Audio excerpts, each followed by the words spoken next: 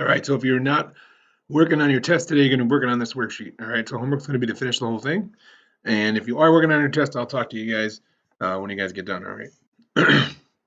So first triangle over here, we have a right triangle. So remember, a formula for right triangle, okay, is area equals 1/2, and then the base and height of our triangle are just the legs.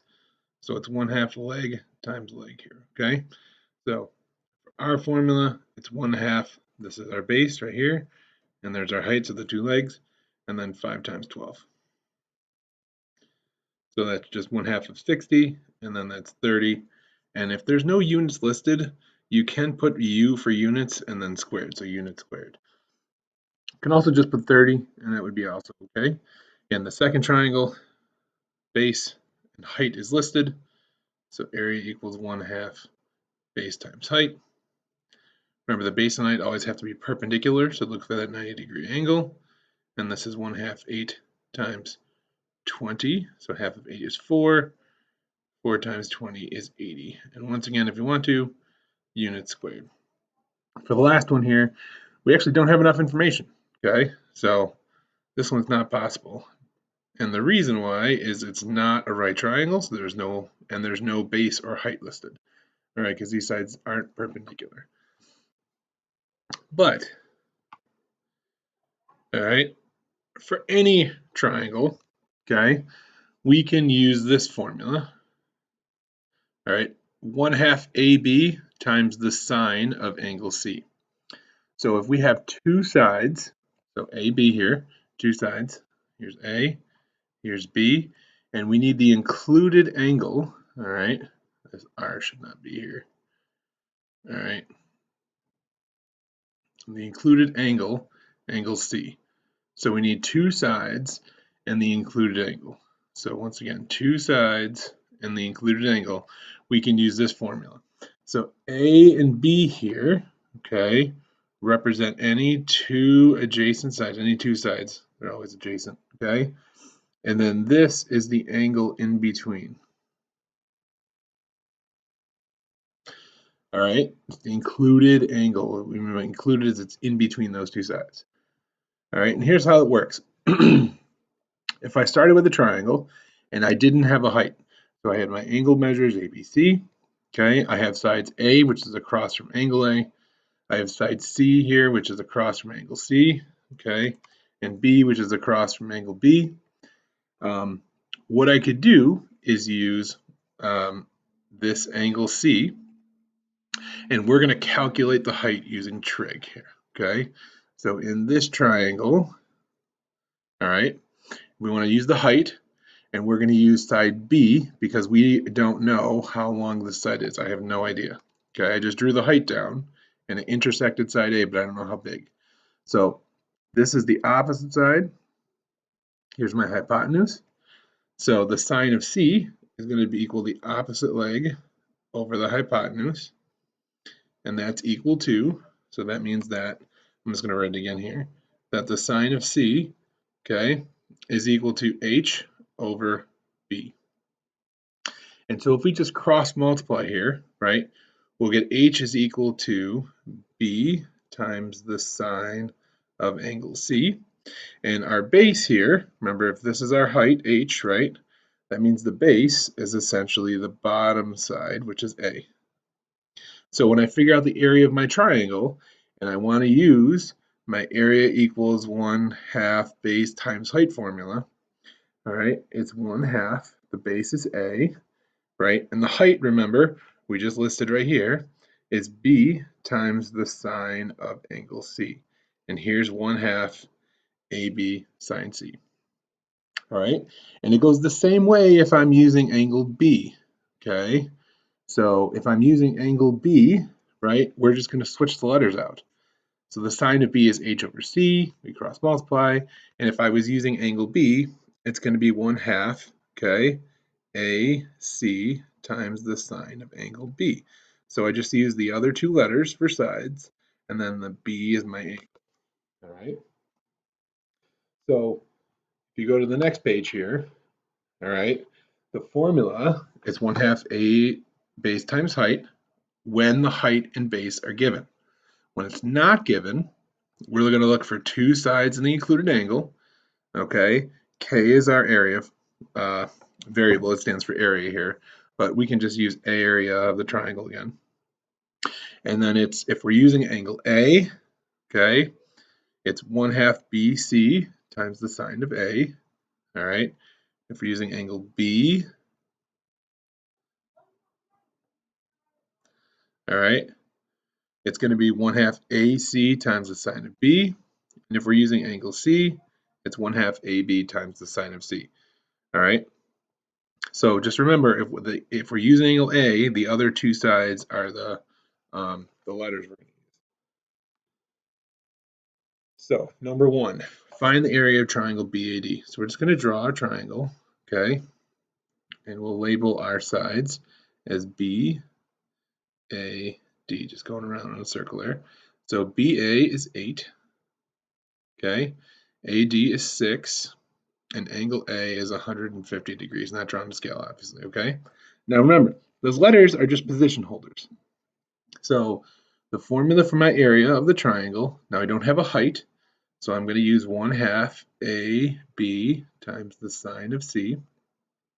And if you want to swap out letters, I'm technically using angle A, 6 is B, and 8 is D. So I could rewrite my formula, okay, to actually be 1/2 BD times the sine of angle A. Or you're going to use the original formula and just represent that A and B are the two sides. That's 8 and 6, and C is the included angle, which is 150. So it's totally up to you, okay?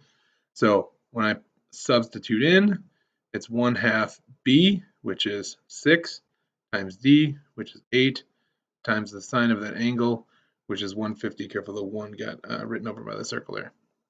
And then all I'm going to do, all right, is take my calculator, okay?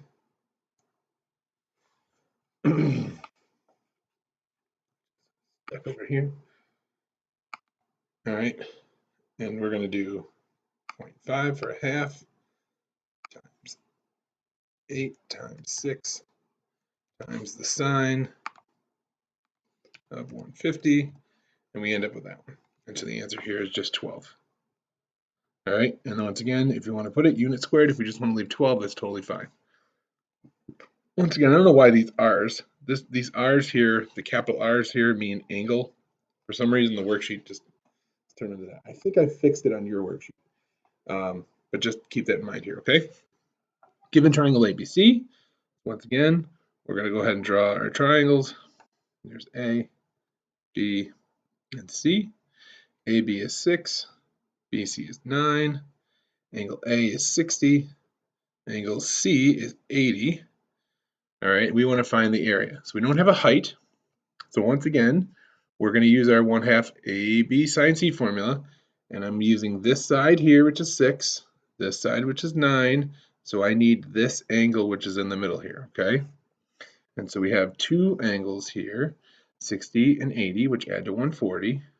We're going to subtract that from 180 degrees to get left with our angle measure. So this is 40 degrees. Terrible. All right, and then I can use the formula now. Now remember, I'm using angle B, so the area formula, okay, is going to be the sine of B, and then I'm going to use the other two letters, so A and C. So it's 1/2 AC times the sine of B. And I'm just going to plug in now. So A across from angle A is 9, C across from angle C is 6, and then the sine of 40. And we're going to round this to the nearest tenth. All right, so 1/2. All right, we got 9, 6, and then the sine of 40. And then nearest tenth, so 17.3. The next number is a 5, so we're going to push the 3 up to a 4. So 17.4, and if we want, unit squared. All right, same thing on number 3 here. We got a picture of a park, intersection of the 3 streets. Maxwell Road is 220 feet long. Okay, if Maxwell and Harley Maxwell and Hartley intersect at an angle of 76 degrees. The area of the park, which is the area of the triangle, is 16,650.27 square feet. We want to determine that length right there. So there aren't any letters here. So let's just pick some letters. So let's call this M for Maxwell, H for Harvey over here, and we'll call that Lola. All right. So I'm looking for Hartley, which we said was M. I have Maxwell, which is L, and I have angle H. So the angle of my triangle, remember I'm using angle H here, so it's going to be the sine of H, and then it's 1/2 the other two letters, so L, M, and then times the sine of H. And we're going to plug in. So the area was given to us. So the area of the triangle is 16,650.27, not 57. And this is 1/2 L, which is 220, times M, times the sine of 76. All right. Now, we can combine some like terms here. So I can just combine the 1/2 and 220. So I still have 16,650.27.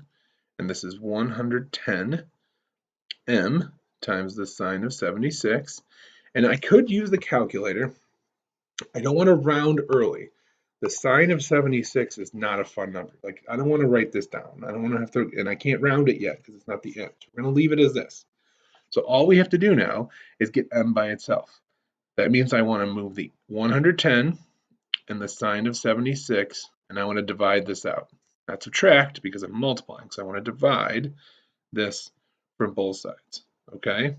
So we're just going to plug in, divide away, and we'll have left with M, and then use my calculator, okay? So do control divide, 16,650.27. Oh, not bad. So we don't want to write on that. And then on the bottom is 110 times the sine of 76. And there we go. And we wanted to go to the nearest integer. So after the round the 9 up, so that's 156 feet. All right. Page number 3, we have a parallelogram. Now technically in a parallelogram, I could draw the line here and basically create two triangles.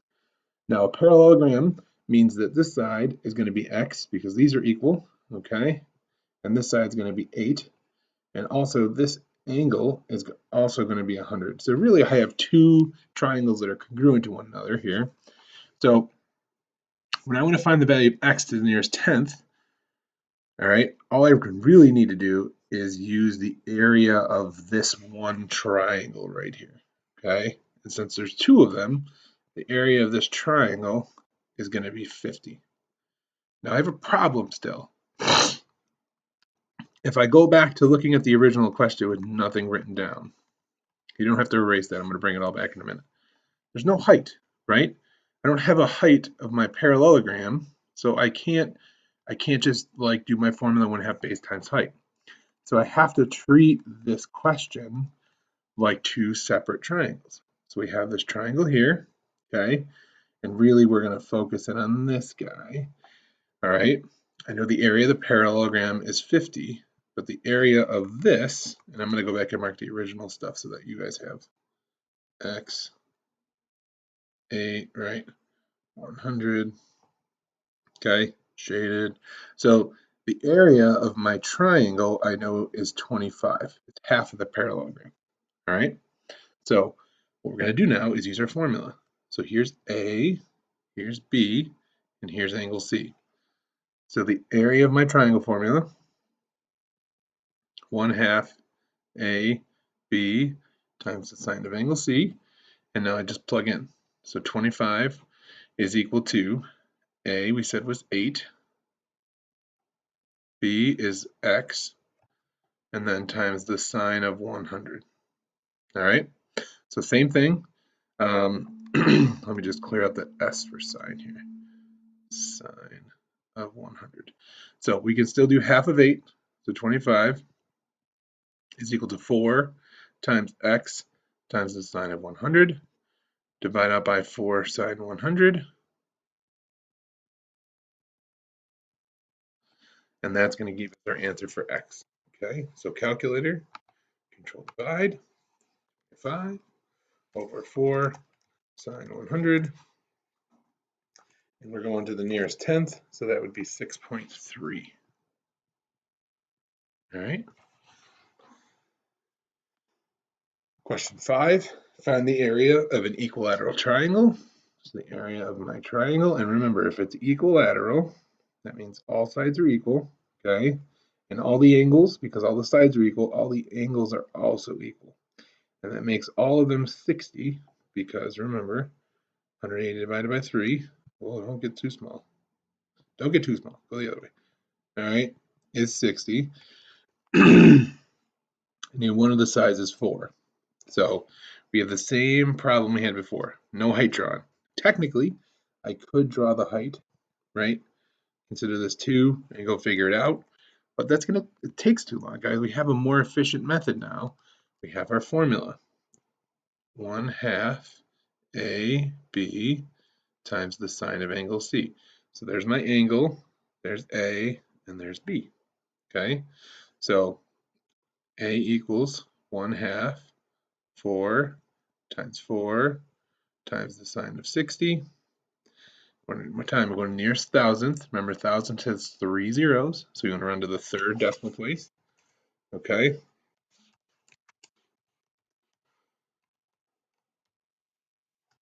So 1/2 4 times 4 times the sine of 60. Make sure that's exactly what you wanted. And then nearest thousandth, 3 decimal places. We're going to stop at the 8 and keep it because the number is 2. So 6.928. And we can go units on this if you want. Squared. All right.